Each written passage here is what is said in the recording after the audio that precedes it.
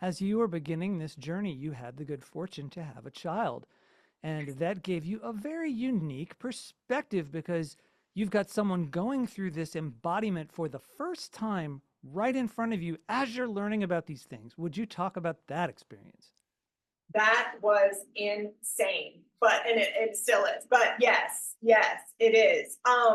It's the good the good part of it is a child is always in the present. So I knew he would be my biggest teacher, and I had no idea what that meant, but I'm learning every day.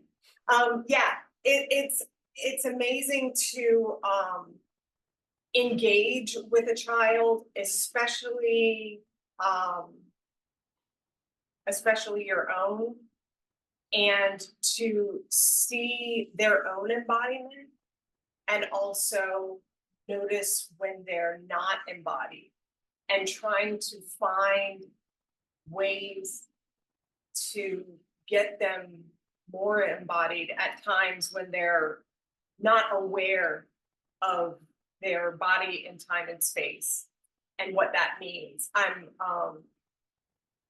I'm working with several occupational therapists, and I find that extremely fascinating to work with them because they're very into the body and the weight of the body and movement and stuff. So that's a great crossover. But yeah, You're working also you're working with them yourself or you're working with them with your child?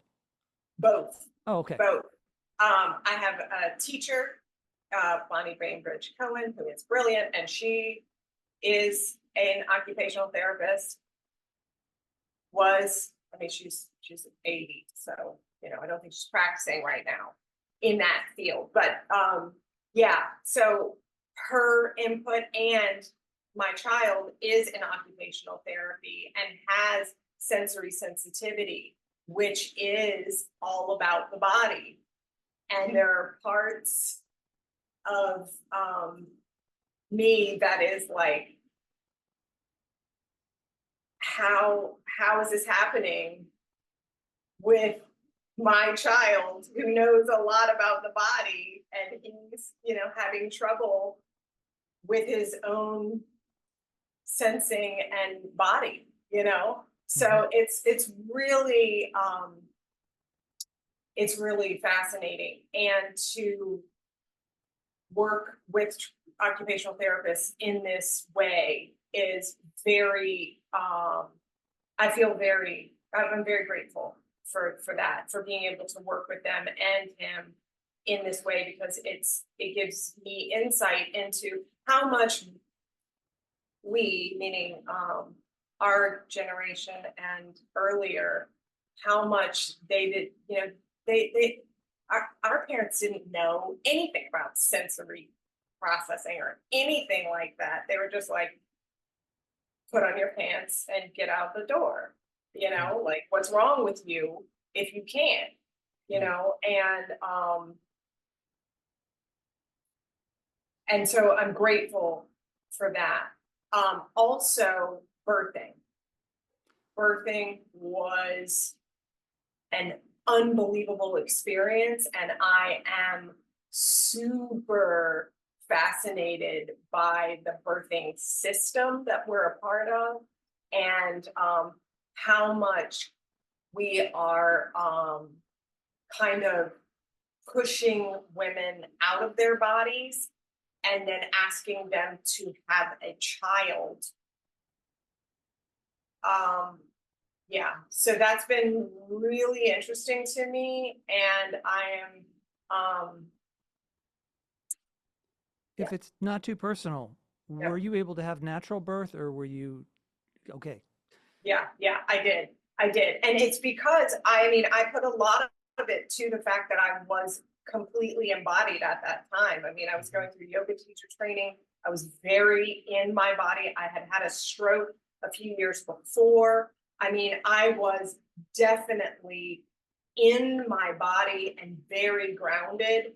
And I mean, when I finally went into the hospital, I labored at home for 14 hours, and then I got into the hospital, and the nurse asked me, like, hey, we want to put a port in your chest. And I was like, what? And she's like, because if you do have a stroke, we want to be able to have easy access. And the stroke was a big one. Everybody was afraid of me birthing because I had had a stroke before.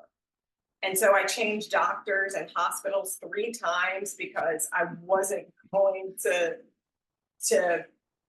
deal with high risk. Because I knew my body, and I knew that this body was not, I don't know, even if I was high risk, I don't mind going into everything. So it's fine. But she asked me if she could put a port in. And I said, no, I'm not having this baby out of fear. Like, I'm not doing that. And that's me. That's my personal experience. I'm not saying anybody else should not get a port put in their bodies. Absolutely do. If you know, I mean, but I was able to have my child naturally, no drugs, no nothing. I told the doctor, like, don't come in until you absolutely have to. I want to be surrounded by the people I want to be surrounded by. And he didn't. And yeah. So I'm very, very lucky in that way. But I want other women to have that experience. I want them to be so in their bodies that they know what's okay and what's not okay, and how to speak up for yourself at a time when you're so super vulnerable. You know, I mean, you're laboring, which chances are you've never done before, especially the first one.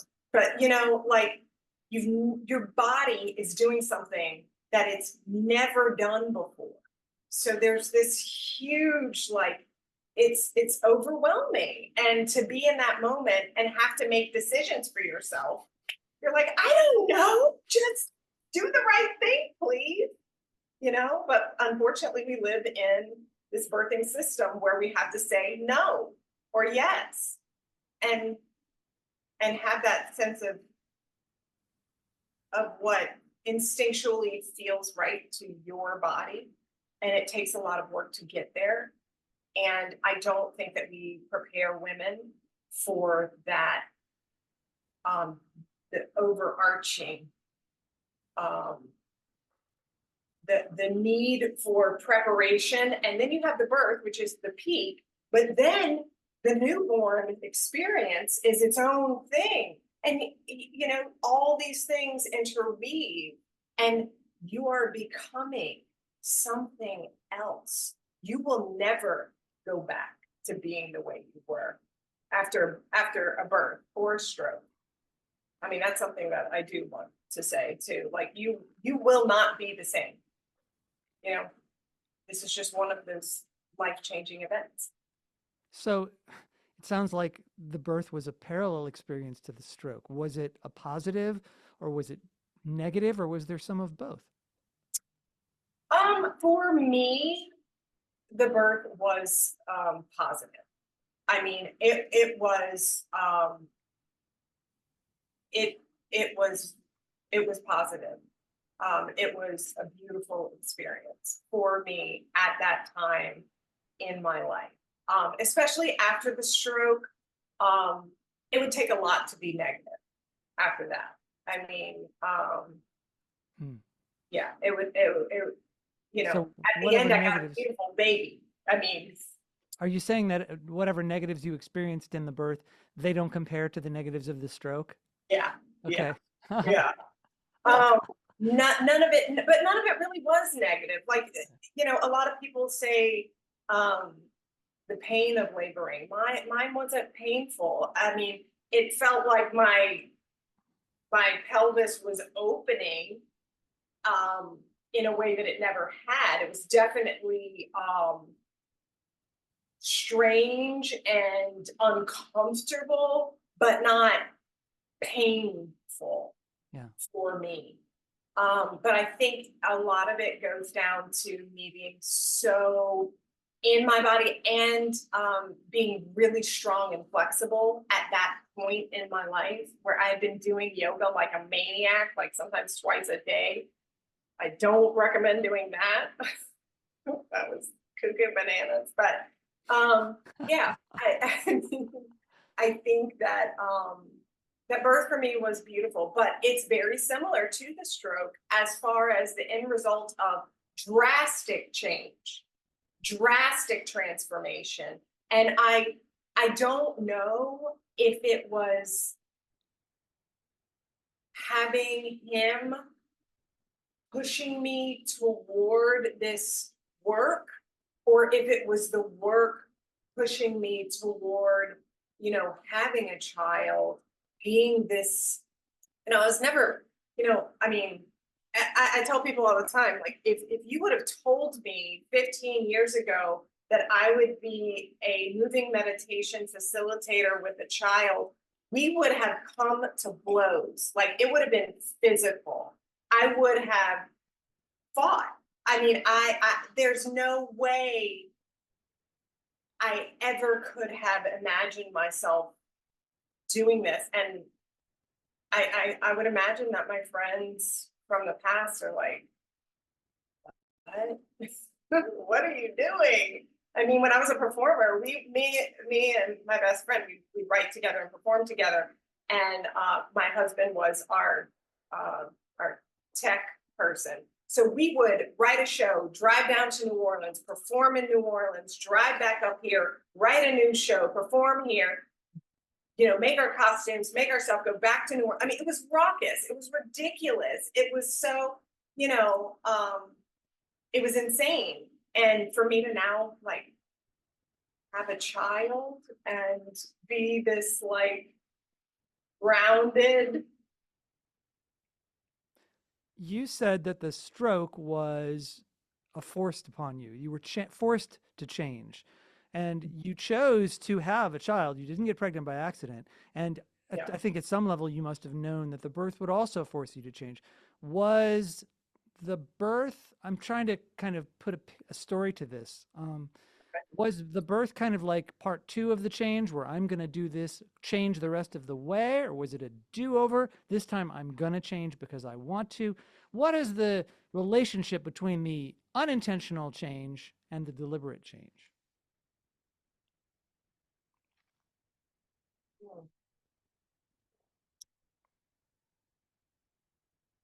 I think I've lived my life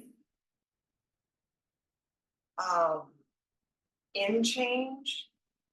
I really like those cataclysmic, like, changes and that, like, force of, like, this, like, shedding, but, like, not going through the whole process, just like like dropping all of it and becoming something, you know, different, or having a different experience. I mean, I've changed a lot throughout my life and done things that are, I mean, I was I was working in real estate briefly, and I just randomly was like, I'm moving to Thailand.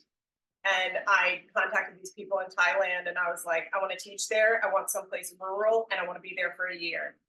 And they were like, okay. And so I lived in the middle of nowhere, Thailand, for a year.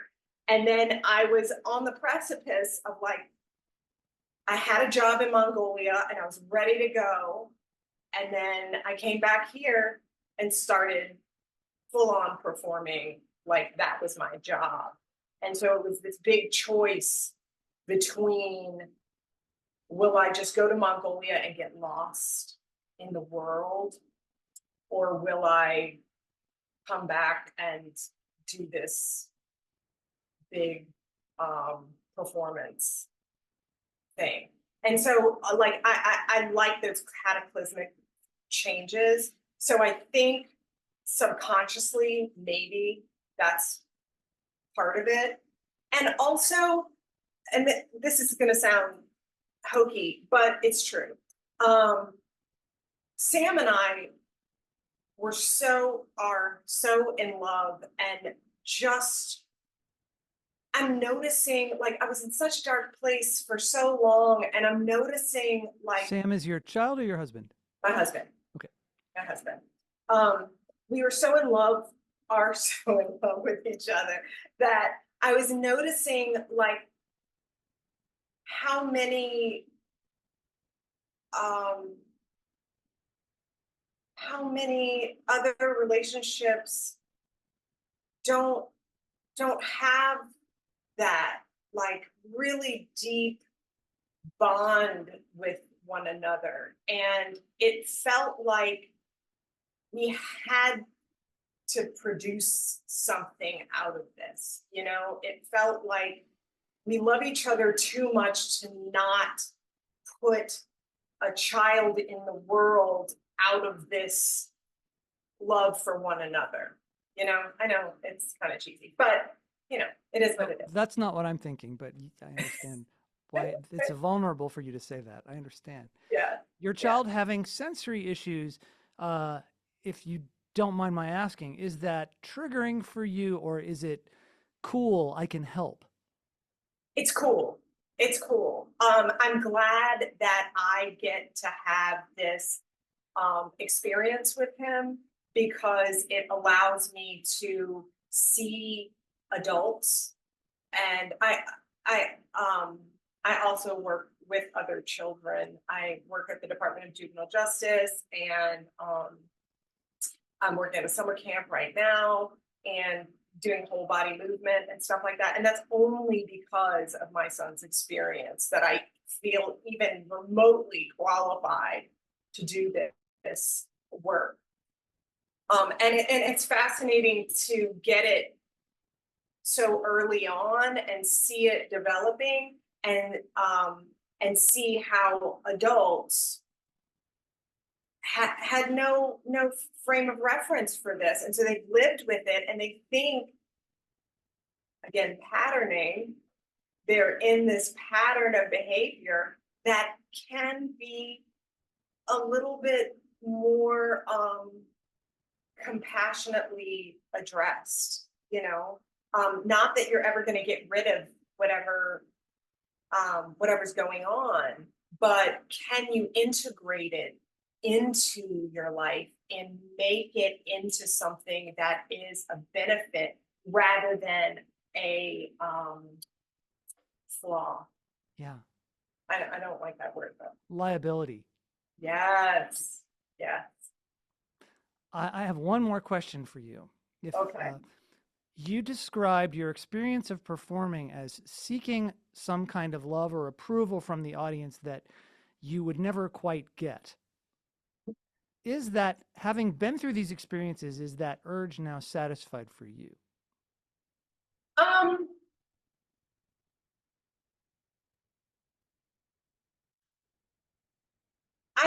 I don't know that it ever will be, but it's something that I have to do for myself, which is um love and accept and give myself validation for who I am and what I do. And also having my child made me much more active in the spiritual slash religious world. And I think that that's a big part of it is the realization that everything that we're doing isn't all up to us, you know?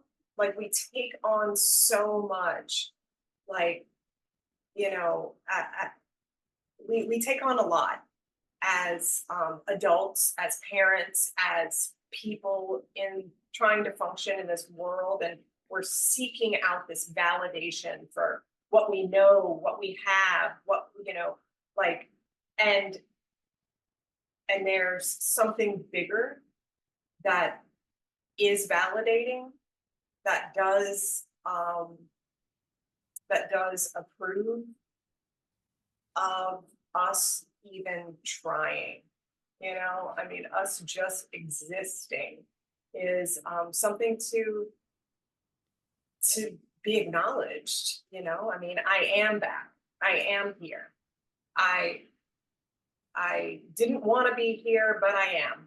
And I knew Mhm. that. I knew that right away. Like, I'm here and I don't know why, but I am. So I have to live it out.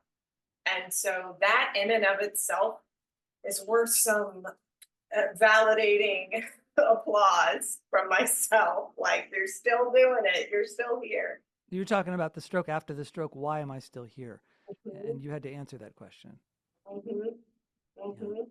So I think, I mean, I don't know if I will ever feel fully, you know, fully validated, fully, you know, whole. But I think that's what we're all seeking, is this sense of wholeness. And I think it comes from um, our physical bodies in time and space.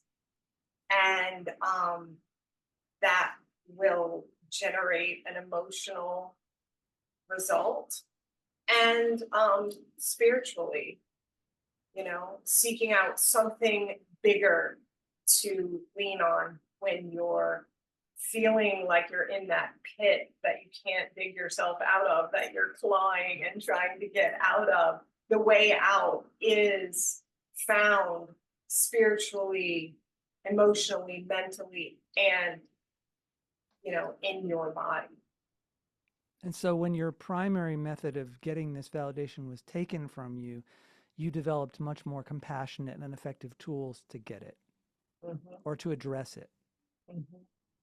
And I don't know that I was capable of being compassionate before. I was very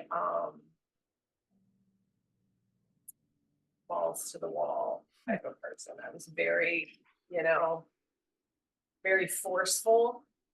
And I think that was a defense mechanism Yeah. that now I cannot rebuild.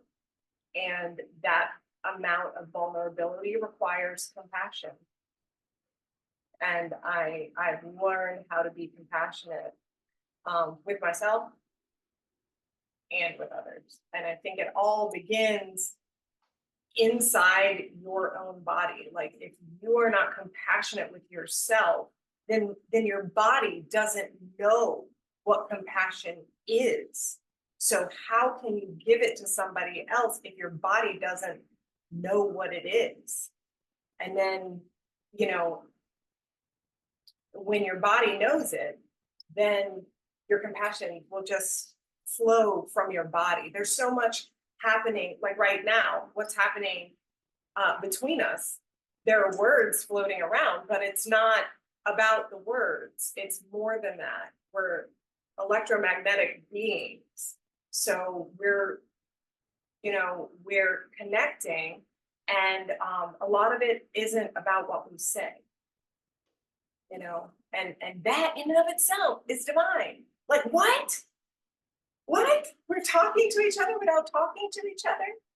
I mean, that's otherworldly. This part of our brain is not capable of understanding that, although we try.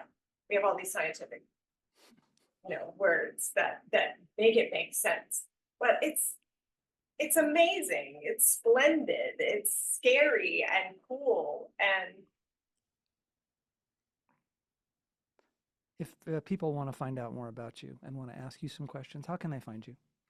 overwhelmbody.com. And my email is Bree@overwhelmbody.com. Bree Hibbs-Kinney, thank you so much for a beautiful discussion. I appreciate you opening your life to us, and the insights that you provided to me, I'll be chewing on them for a long time. Thank you. Yeah, thank you. And thank you, audience, as always, for inspiring me to continue this journey into the life of the creative learning mind. If you like what you're seeing, please like our videos. If you want to see more, please subscribe. And if you have questions, please reach out to me. I look forward to seeing you again. Thank you. See you next time.